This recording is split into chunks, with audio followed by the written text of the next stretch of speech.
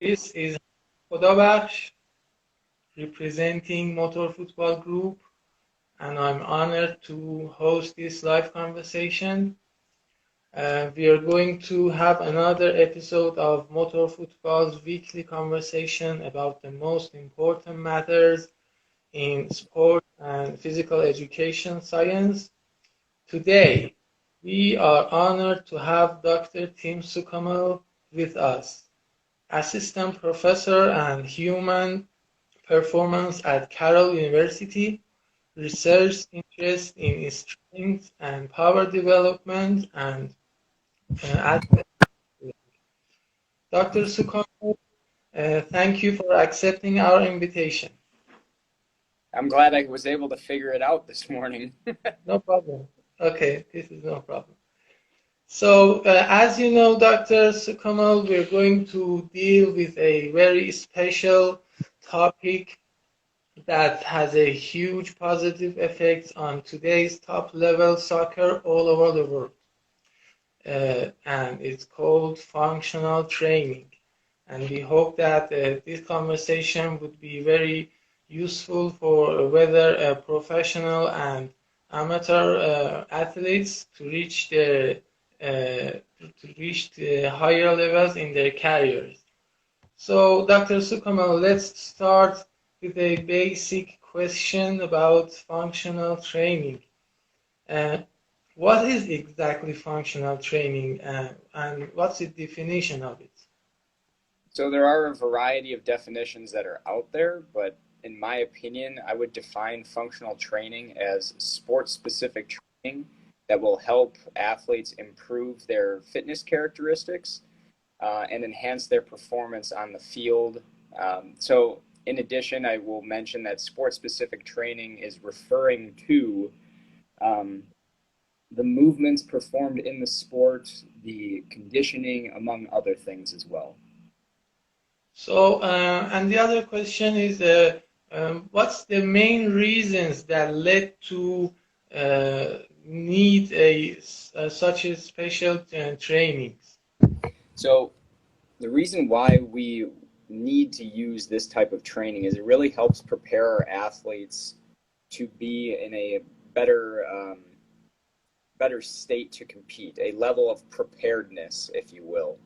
So really what this can do for us is it can allow us to improve their strength characteristics, power, their coordination. We can improve their speed, their change of direction ability. So when they're cutting on the field, the ability to jump, but also to be able to withstand injury. If anything else comes of it, they're able to be more resilient on the field and they're able to stay healthy. Thank you. And the other question, what are the roots of functional training? There are a lot of routes for functional training. You mentioned some few important roots. Okay, yeah. One of which I would consider is going to be free weight training, so resistance training. Now, resistance training can take the form of just starting with your body weight, but then moving to things like barbells, dumbbells, kettlebells, things like that.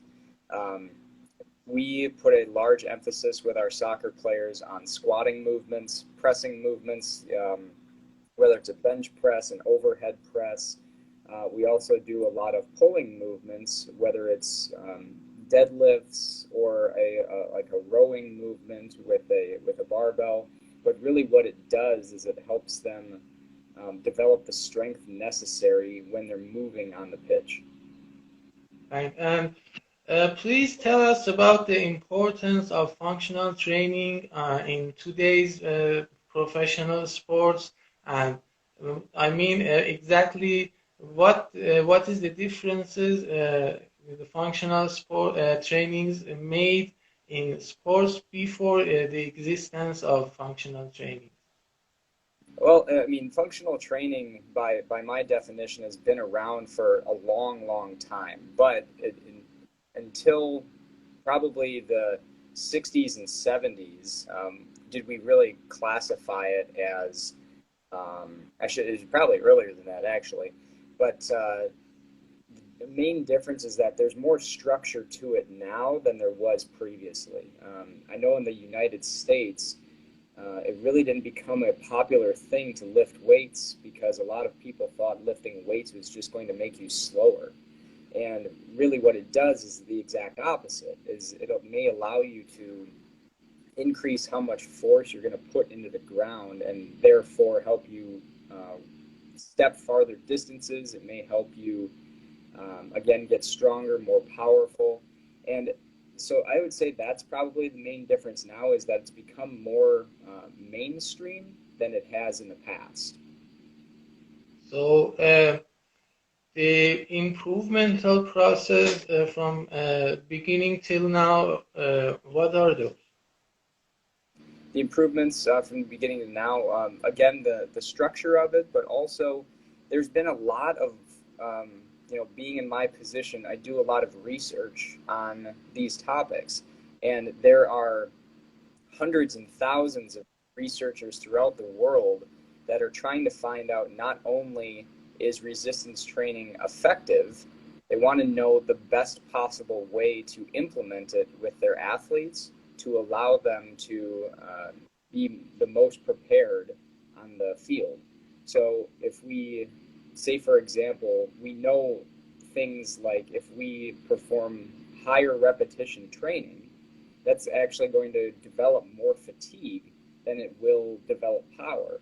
So we don't perform that type of training immediately before the season starts. So we keep lower volume training towards the season just to make sure that we prepare our athletes the best. So I would say the main difference is that there is a lot more knowledge now from a scientific standpoint that helps us design these programs to a better extent. Dr. Suchamel, what is the difference between CrossFit trainings and functional training?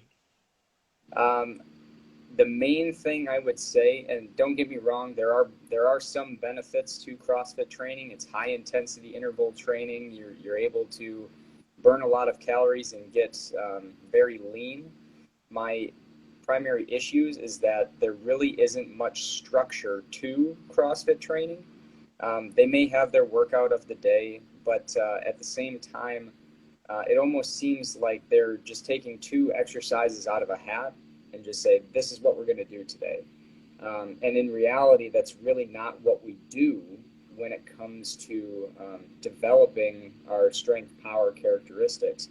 So more functional training, by my definition, would be, again, structured training where you have a plan of what you're trying to develop and when. So off season, we know we have to develop an individual's tolerance to performing work, so more volume in that type of training. But then as we progress towards the season, we're developing strength, we're developing power, and their ability to produce force rapidly, but also accept force and be more resilient. The issue, again, with CrossFit is that when you're doing exercise for time, technique may also go out the window, and then we don't get as much transfer to the sport that we're trying to develop. Dr. Suchamel, would you explain us the differences that functional trainings made in professional sports in statistically? So there's a lot of positive effects to functional training. From a statistics standpoint, typically what we're looking at is we monitor our athletes from throughout the entire calendar year to make sure that our programs are doing what they're supposed to. So what we'll do from a statistics standpoint is use something called single subject design, where we will track each individual athlete using a variety of metrics. And those metrics may include their jump height, their power, strength levels, ability to change direction, things like that. And what we do with that is we test them regularly. So with our athletes here, we try to test them a minimum of 4 times per year. But we also have some athletes that test on a weekly basis to see how they are responding to the exercise that we are giving them. So things like, again, counter movement jumps, vertical jumps, we can test that on a weekly basis because they're not overly fatiguing. It'd be different if saying we're not going to be doing a 1 repetition maximum test every single week because it's way too fatiguing, and frankly, the 1RM is a moving target anyway, so depending on how much fatigue you have, it's going to modify that test. So statistically, we're looking at things like smallest worthwhile change from a baseline that we've developed. So it's testing regularly. That's the way that we can get the most information about our athletes. And then we take that information and bring it back to the sport coach so that they can make their decisions. Thanks. And would you mind explaining us how is exactly functional training being designed? I mean, about the principles and fundamentals that make this training operational. Yeah, so designing programs is a very complex process. So I say it's a bit more of a complex question because it's going to depend on a lot of things. It can be dependent on the sport, the athlete, and their previous experience, limitations, injuries, exercise competency. But we can also think about how much time do we have? What part of the training year are we in? How many competitions do we have? These are all things that have to be considered when we design the program. In general, we use the principle of moving from very general to specific with the exercise selections that we are trying to develop. We are moving from generally a higher volume of training, so more repetitions, to a lower volume of repetitions, but also from a lower intensity to a higher intensity. And the goal here is that by combining all of these things, we focus on what characteristics that we're trying to develop at different times of the year. So, for example, in the off season, I mentioned developing our ability to perform work, our force production capacity, work capacity. We're also working on developing the musculature from a size, but also architecture. So we're trying to produce favorable adaptations in muscle size and architecture in the off season. And what this is going to do is it's going to enhance our ability later to gain strength. So when we gain strength, then we're focused not only on the amount of force we can produce, we're also focused on developing rapid force production. And this rapid force production, moving on from there, will help us develop things like power, but also peak our adaptations when it comes to strength and power. So the formula almost ends up being the same as you move throughout the entire year. Now, the longer the training period, the more complex it becomes. So right now we're talking about one training year. Soccer can be played, football can be played throughout the entire year, depending on the area of the world, but also the types of seasons that we're in. So if you were to take La Liga or Premier League, they play at certain times of the year. So it's important to take into account when their competitions are going to be and how fatigued they are. And that's kind of going back to the monitoring standpoint. Because no matter how perfect we believe our programs are going to be, they're ultimately going to change based on how our athletes are responding to that training. Now, the other thing to keep in mind is that this is a very holistic type program in the sense that they're not only resistance training. They are not only going through practice. They're not only going through conditioning sessions or skill work. So the idea is that we have to take into account as many variables as we can to give them the best training program possible. And again, the goal is the same. We want them to compete, at the highest level. We want them to stay healthy, and we want them to develop the necessary characteristics to be successful. So I found out from your speech that designing functional trainings isn't a matter of, I mean, an athlete can't design it for himself by himself. Yes? They can. Um, we just want to make sure that they have the background to give them the best program that they can possibly get. So So, often in the United States, when working with collegiate level athletes, so those are generally 18 years old to 23-ish, um, we are required to have a certification to allow us to work with those individuals. Basically, what that certification says is that we have the knowledge and background to design an effective training program, keep the person healthy, and also compete at the highest level.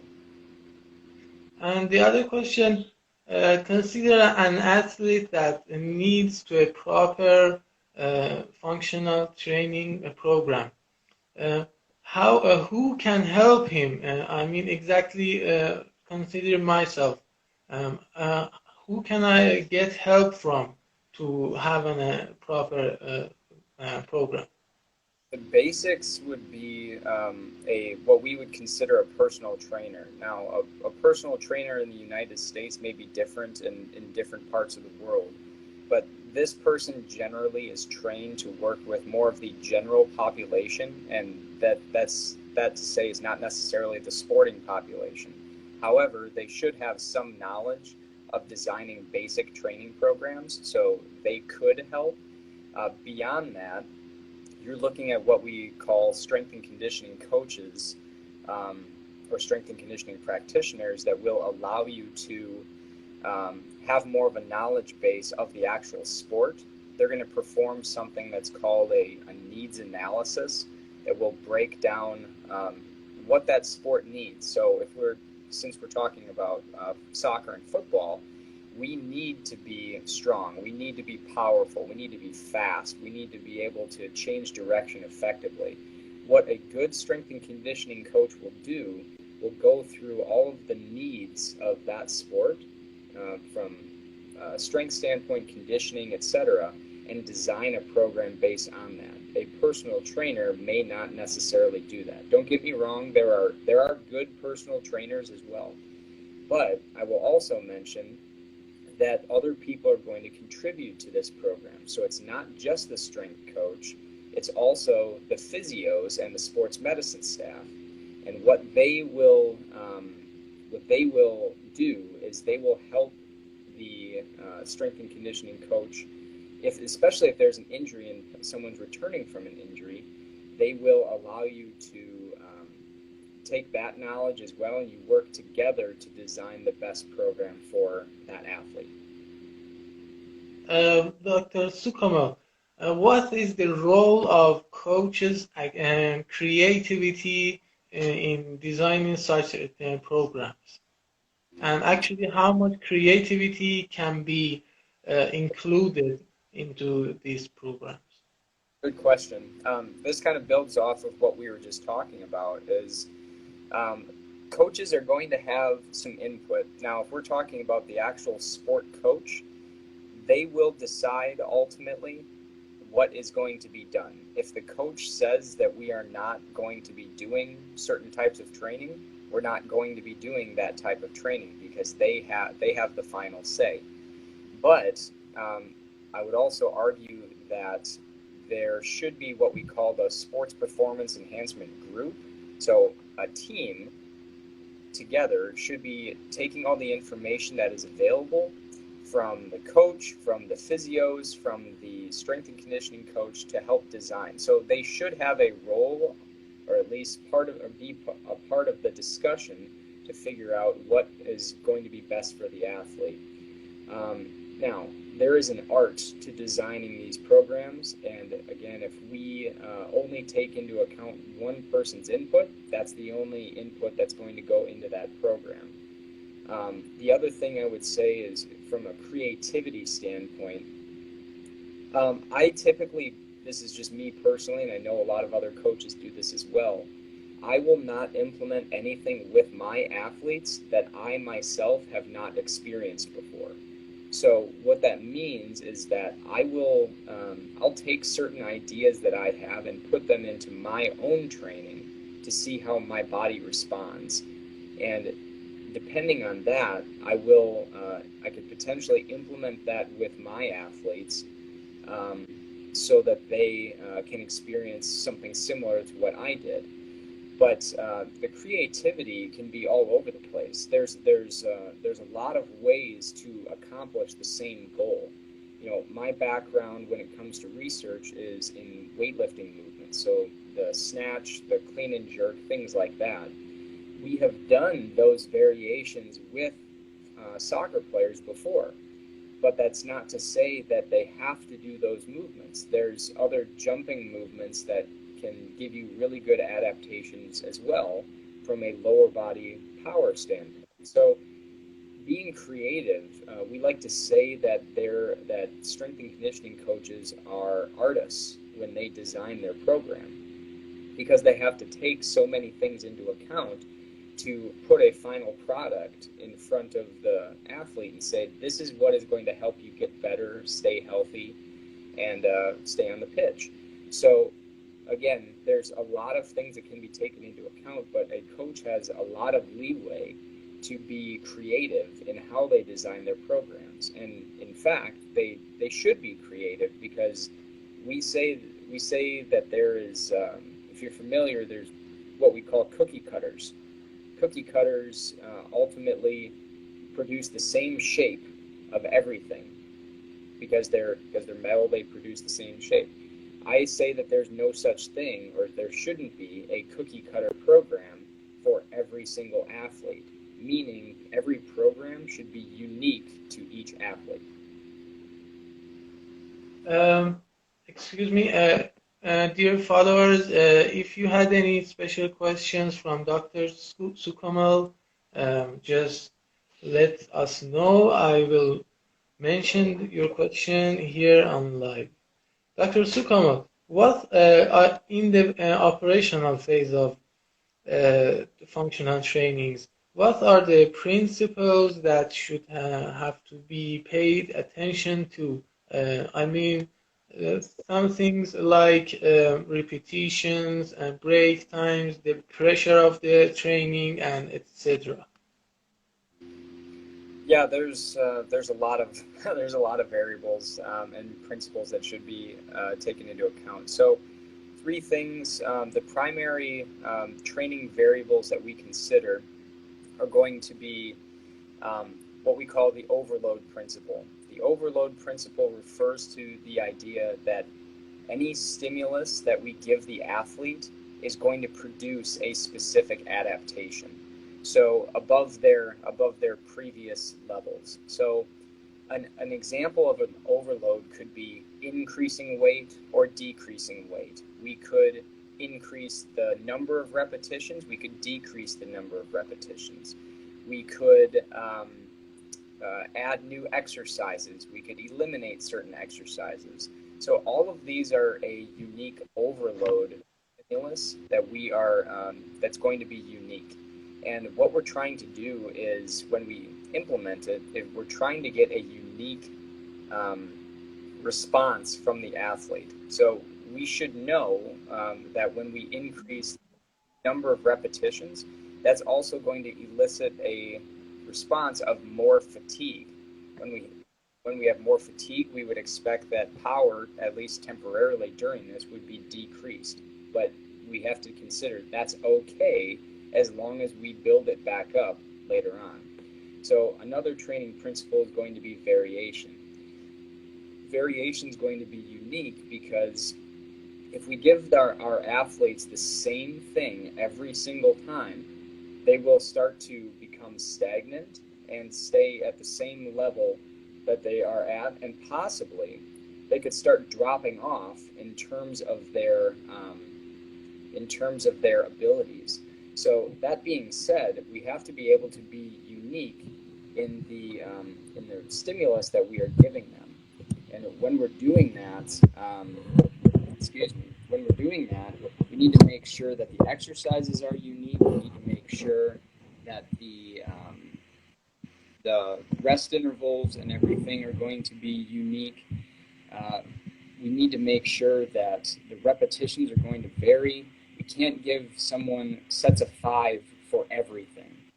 Sets of five repetitions are used for certain things. They are not going to be the only things, though. We just need to make sure that we are giving them some variety. There's certain exercises that we can use to develop characteristics, as we were talking about, but we need to make sure that we are giving them unique variables, unique exercises that help them develop these characteristics. So we also have to consider what we call reversibility. Reversibility refers to the idea that if we stop training a certain characteristic, it will go away temporarily. It will come back if we start training that characteristic again. So an example would be, I think both of us would agree that soccer players have to be powerful. I don't think there's any dispute that they have to be powerful. But we can only maintain our peak power performance for a very short period of time. And because of that, we need to understand that if power starts to drop during certain times of the year, it can still come back. We just need to vary what the stimulus is going to be.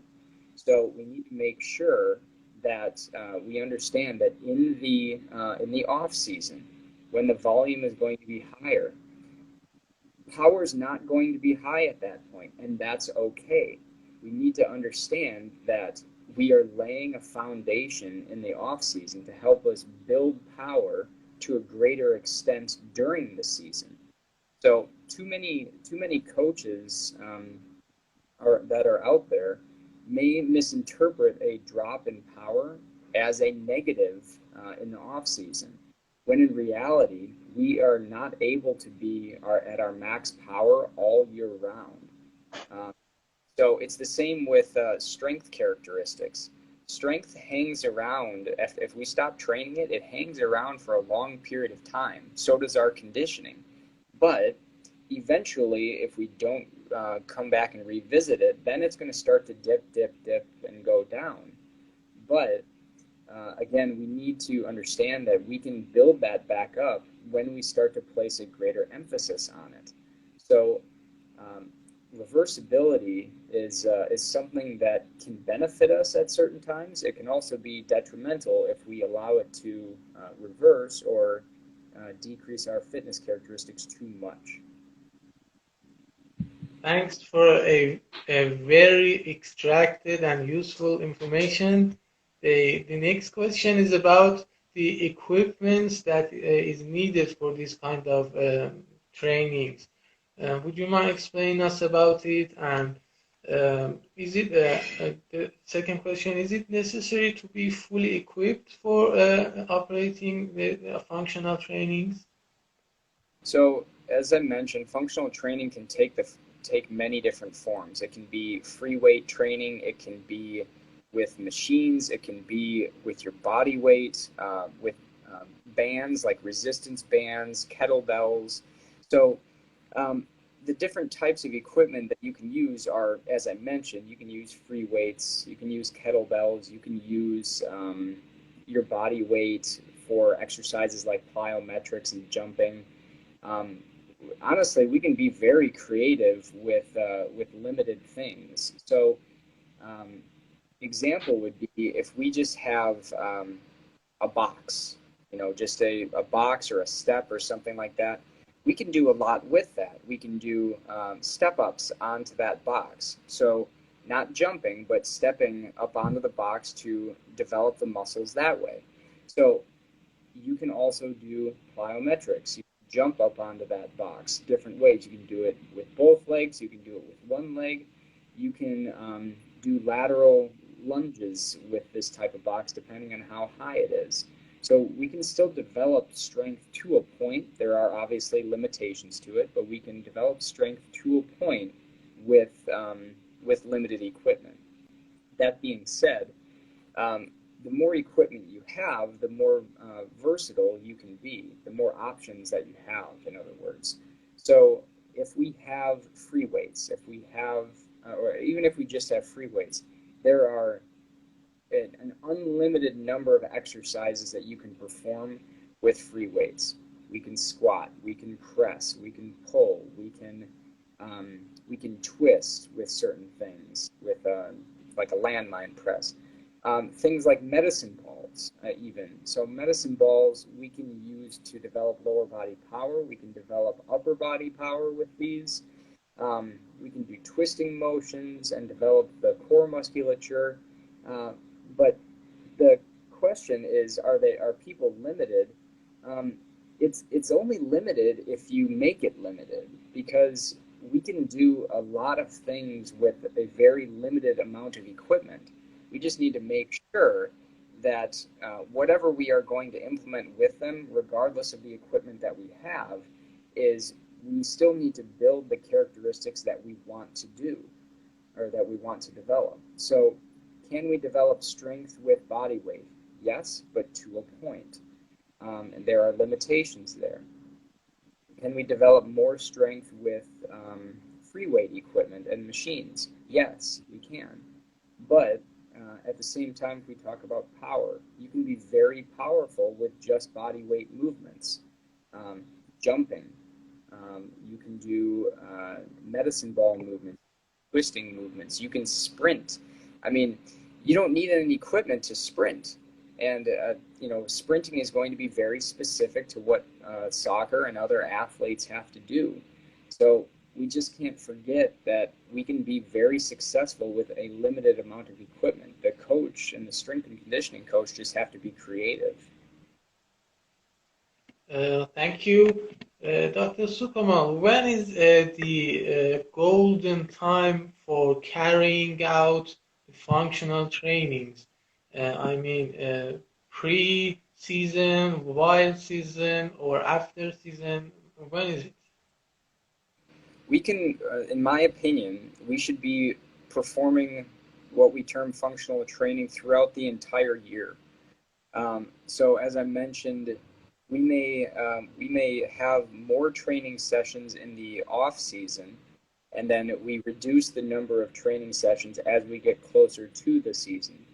And what we have to take into account again is the number of competitions we have, how much emphasis and time is devoted to practice. So it should be done throughout the year. Typically, what we see here with our athletes is during the off season, we're usually performing about 3 to 4 resistance training sessions per week. But as we get closer to the season, we start to move closer to 2 to 3 sessions per week, and then when we get to the actual season itself, we're performing, depending on the number of matches that we would have, 1 to 2 sessions per week. And really what the goal of the sessions during the season are to maintain our strength levels throughout the season, maintain our power output, but also we're trying to peak our abilities at certain times of the year. So we need to make sure that we're taking into account the amount of fatigue that they are developing at the time. So again, I would say that this should be done throughout the entire year. Oh, I forgot to mention, postseason. After the season's over and our athletes are all fatigued and they need time to recover, so we give them a very brief period of time, usually 2 to 3 weeks, generally 2 weeks of what we call just active recovery, where they are doing something, but it's not going to be related to their sport. But after that, we can start to get into their off-season phase, where they can start resistance training again, but at a really low volume. just to get them used to the movements again and their ability to tolerate a weight again. Dear followers, I would be happy to ask your questions from Dr. Tim Suchamel. Just let us know your questions. Dr. Suchamel, what is the positive effects of functional trainings on soccer and exactly soccer players? So specific to soccer players, again, we're talking about let me preface this a little bit and say that regardless of the sport, we need to consider what that sport needs. So soccer players have to be strong. They have to be resilient. They have to be able to sprint fast. They have to be able to jump.